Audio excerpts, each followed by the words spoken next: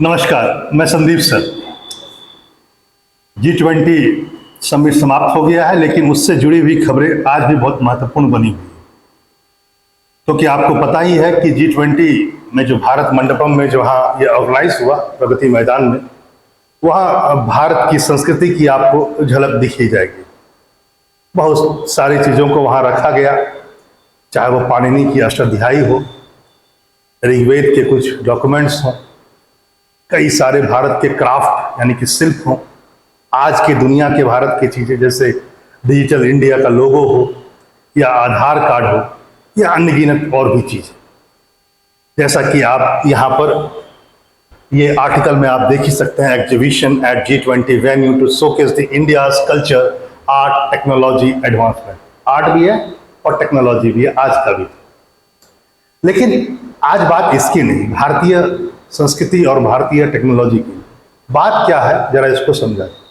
G20 के भारत मंडपम में और भी देशों के कुछ महत्वपूर्ण चीजें आई थी, उसको भी जरा देखिए आप।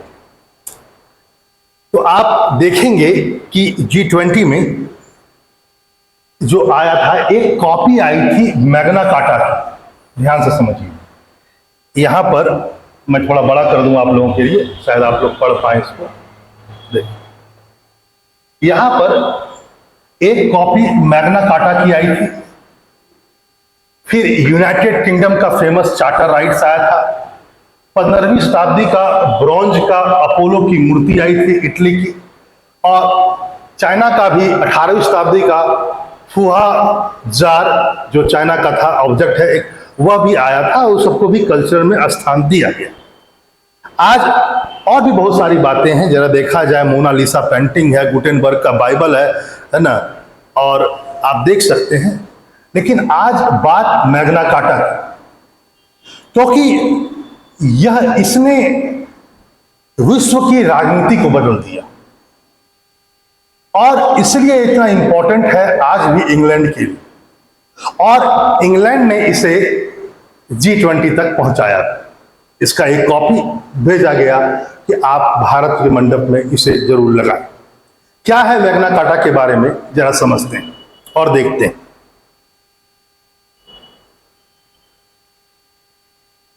देखिए, ये जो मैंने जो इस चीज को देखा, तो मैंने सोचा चलो भाई ब्रिटिश लाइब्रेरी में ही जाकर क्यों नहीं मैग्ना कार्टा के बारे में आपको बताया जाए।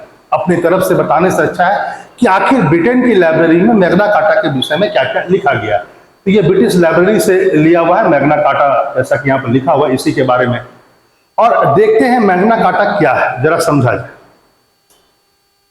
तो देखा जाएगा आपको, आप देखेंगे, गौर करेंगे कि मैग्ना कार्टा जो है ये बेसिकली एक डिक्लेरेशन है और एक घोषणा है, और वह घोषणा एक संधि की उपज थी, एक ट्रीटी का बाय प्रोडक्ट था।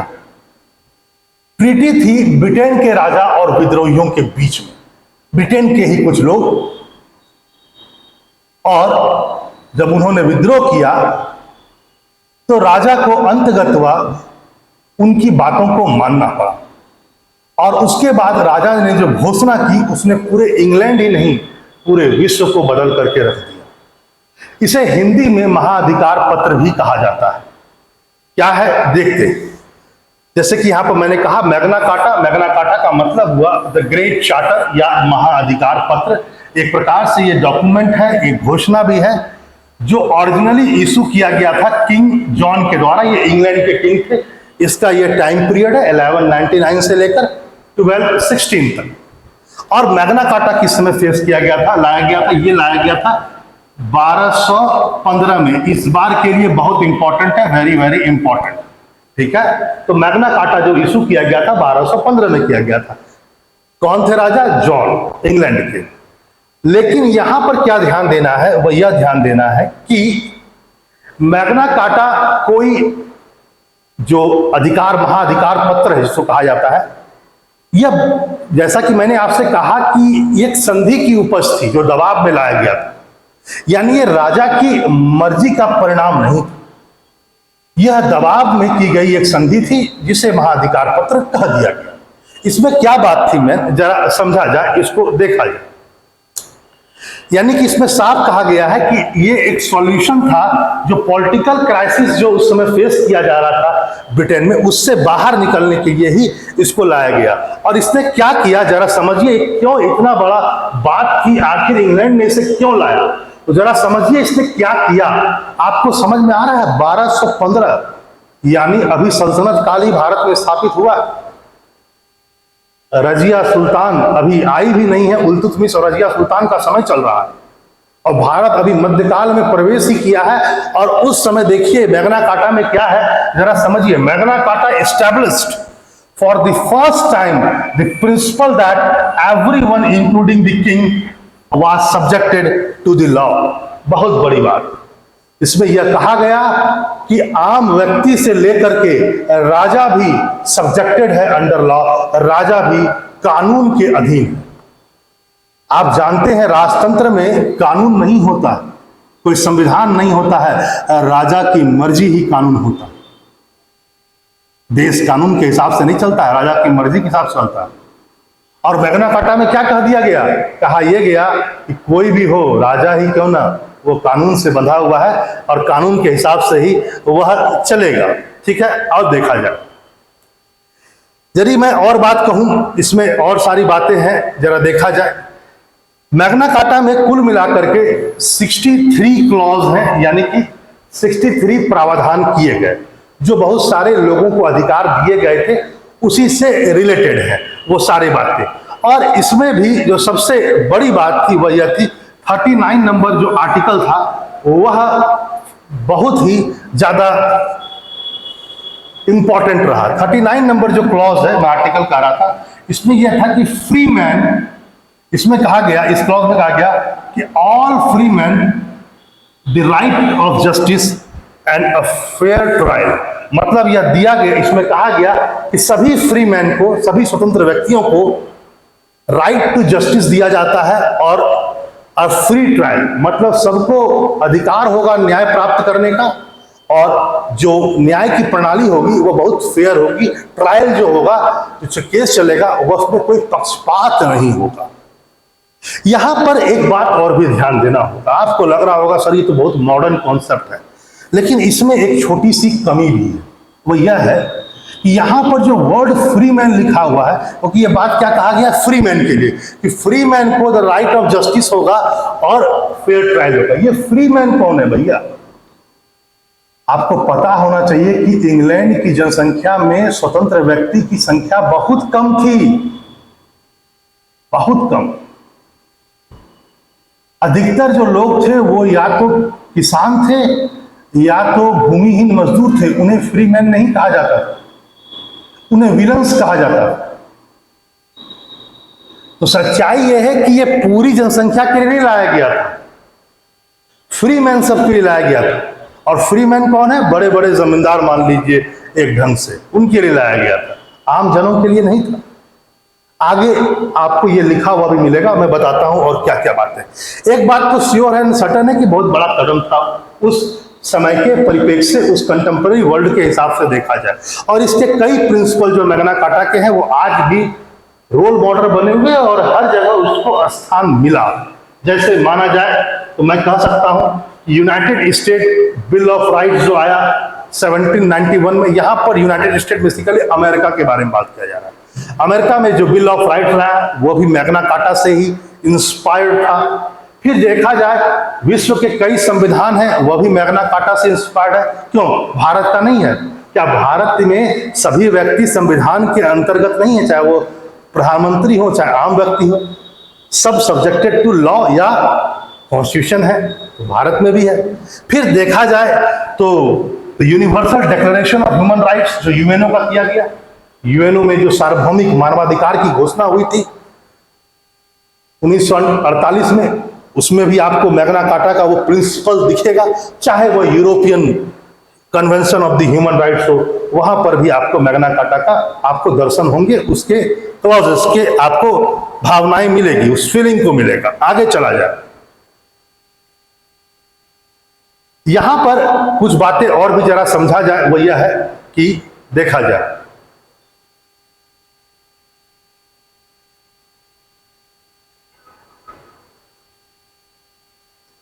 यहां पर आपको देखा जाए तो वो यह है कि इसमें एक बात कहा गया है कि मैग्ना कार्टा में 63 क्लॉज है, जिसमें से जो 3 क्लॉज है, only 3 of those clause remain in the part of English law.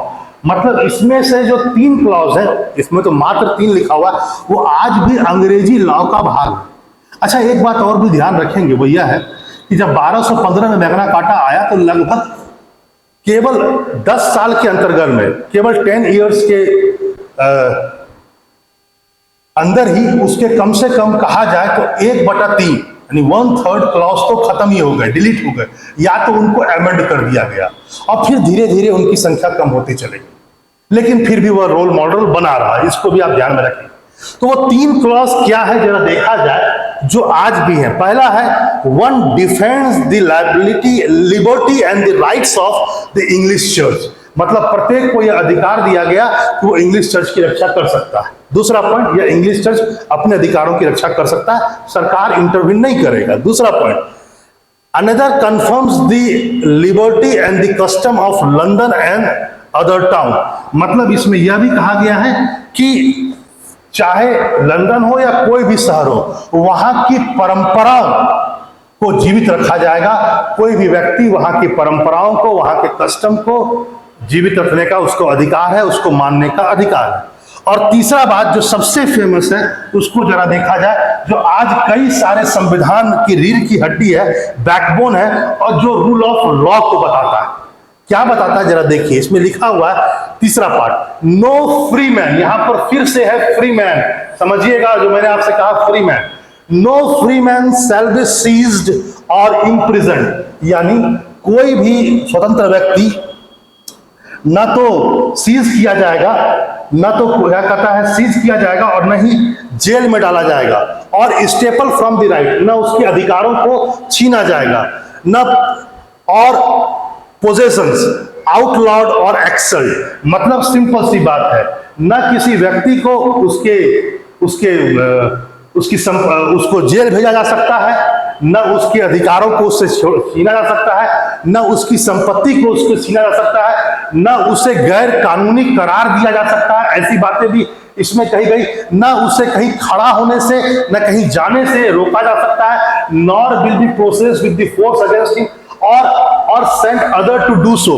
न उसके साथ ऐसा किया जा सकता है और न वो किसी और के साथ कर सकता है। ऐसा नहीं कि किसी को हम जेल में डाल देंगे अपने मन से, या हम उसके अधिकारों को छीन लेंगे, नहीं। ना आप मेरे अधिकारों को छीन सकते हैं, ना मेरी संपत्ति को छीन सकते हैं, ना आप मुझे गैरकानूनी करार दे सकते हैं, ना आप मुझे निर्वासित कर सकते हैं, कहीं भेज सकते हैं, एक्शन कर सकते हैं, ना मुझे खड़ा होने से कहीं रोक सकते हैं, ना मैं कर सकता हूं, ना आप कर सकते हैं। ये बातें इसमें कही गई। लेकिन एक बात इसमें और था, जब और कैसे किया जा सकता है भाई देख लीजिए, कहा गया except by the lawful judgement of its equal. मतलब सीधी सी बात है, ये सारे काम यदि होंगे भी तो कानून के तहत होंगे। यदि मैंने कोई गुनाह किया है तो जो कानून की सजा होगी उसके हिसाब से होंगे, राजा की मर्जी से नहीं होंगे। एक्सेप्ट, देखिए क्या लिखता है, except by the lawful judgement of its equal. और दूसरी बात यह भी कहता है by the law of the land, या भूमि का जो कानून होगा, उस क्षेत्र का जो कानून होगा, या तो मैंने उसको तोड़ा है या उसके हिसाब से भी मुझे सजा मिलती है तब तो ठीक है, या कोई एक जजमेंट हुआ, एक प्रोसेस चला, उसके बाद मुझे सजा मिली तो सही है, नहीं तो कोई मुझे मेरे अधिकारों से छीन नहीं सकता। इसमें एक बात और भी कहा गया है, एक और बातें ये कही गई थी, वो यह है कि नो विल बी सेल और टू वन डिनाई और delay the right of justice. कोई भी किसी को बेच नहीं सकता है, और यह भी कहा गया किसी को न्याय देने में और अधिकार देने में देरी नहीं होना चाहिए। यह भी गलत है, न न्याय में देने में देरी हो, न अधिकार देने में देरी। यहां पर मैंने जैसा आपसे कहा, फिर से समझिए, पहले ही बात था नो फ्री मैन। आखिर ये फ्री मैन के लिए ही लाया गया, और फ्री मैन कौन है जरा देखा जाए। यहां पर लिखा हुआ है, जरा गौर कीजिए, यहां पर जो था, this clause gave all free man the right to justice and the fair trial. Free man को दिया गया right to justice and free trial. However, free man compromise only a small proportion of the population in the medieval England. The majority of the people were unfree present known as villeins. Sir, ये केवल जनसंख्या में बहुत थोड़े थे, केवल थोड़े से लोगों को ही के लिए ही केवल ये लाया गया था और सबके लिए नहीं। समझ रहे हैं बातों को? ये सबके लिए लाया नहीं गया था, केवल फ्री मैन के लिए लाया गया था। क्यों? क्योंकि मेजॉरिटी ऑफ जो जनसंख्या थी वो कौन थी? Majority of the peoples were unfree present known as villeins, ये थे और इनको कोई अधिकार नहीं दिया गया था। और जैसा कि मैंने आपसे पहले ही कहा, वो यह था कि यह मजबूरी में लाया गया था। क्यों मजबूरी में लाया गया था? इसके पीछे कारण है। वो यह है कि आप समझिए कारण क्या है, कि आखिर ऐसी क्या विपदा आ गई कि ऐसा काम करना पड़ा और राजा ने अपने अधिकारों को छोड़ दिया। तो इसके पीछे सबसे बड़ा कारण है 1214 में जॉन हार जाते हैं, किससे? फ्रांस से, और वह अलोकप्रिय हो जाते हैं। दूसरा पॉइंट, चर्च के साथ उनके संबंध बहुत खराब हो चुके थे। कई चर्चों ने उनका बहिष्कार कर दिया, वहां के पोप ने उनका बहिष्कार कर दिया। और तीसरा, वहां के जमींदार जिन्हें कहा जाता था बरेंस, वहां के जमींदार जिन्हें बरेंस कहा जाता था, उन्होंने विद्रोह कर दिया। यह विद्रोह इतना ताकतवर था, जो बोरेंस ने विद्रोह किया वो इतना ताकतवर था कि राजा को अंत में झुकना पड़ा बोरेंस के सामने। ये तीसरी बात। और बोरेंस के कारण ही अंततः क्या हुआ? मैग्ना कार्टा हुआ। क्योंकि जब दोनों के बीच टकराहट बढ़ी, यानी जमींदारों का जो ग्रुप था, जब जो बड़े बड़े जमींदार होते थे उनको बोरेंस कहा जाता था, उन्होंने जो विद्रोह किया तो उन्होंने अपनी मांगों को रखा, एक डिक्लेरेशन लेकर के आए, अपनी मांगों से भरे हुए डिक्लेरेशन को लेकर के आए, और अंत में जॉन को मानना पड़ा वो डिक्लेरेशन। और उस दोनों के बीच में जो संधि साइन हुई वो उसी डिक्लेरेशन पर साइन हुई जो बोरेंस लेकर के आए थे, वही मैग्ना कार्टा हुआ। इसलिए मैंने कहा कि यह मजबूरी में किया गया था। इसलिए तो केवल एक दशक में ही इसके 1/3 1/3 क्लॉज डिलीट हो गए। लेकिन फिर भी इसने जो माइलस्टोन को स्थापित किया, एक मील का पत्थर जो स्थापित किया, वो पूरे विश्व के लिए रोल मॉडल रहा। सच्चाई यह है, मैग्ना कार्टा कुछ और नहीं था, बोरेंस और राजा के बीच जो संधि थी उसी को मैग्ना कार्टा कहा जाता है। चलिए, आज के लिए इतना ही। नमस्कार।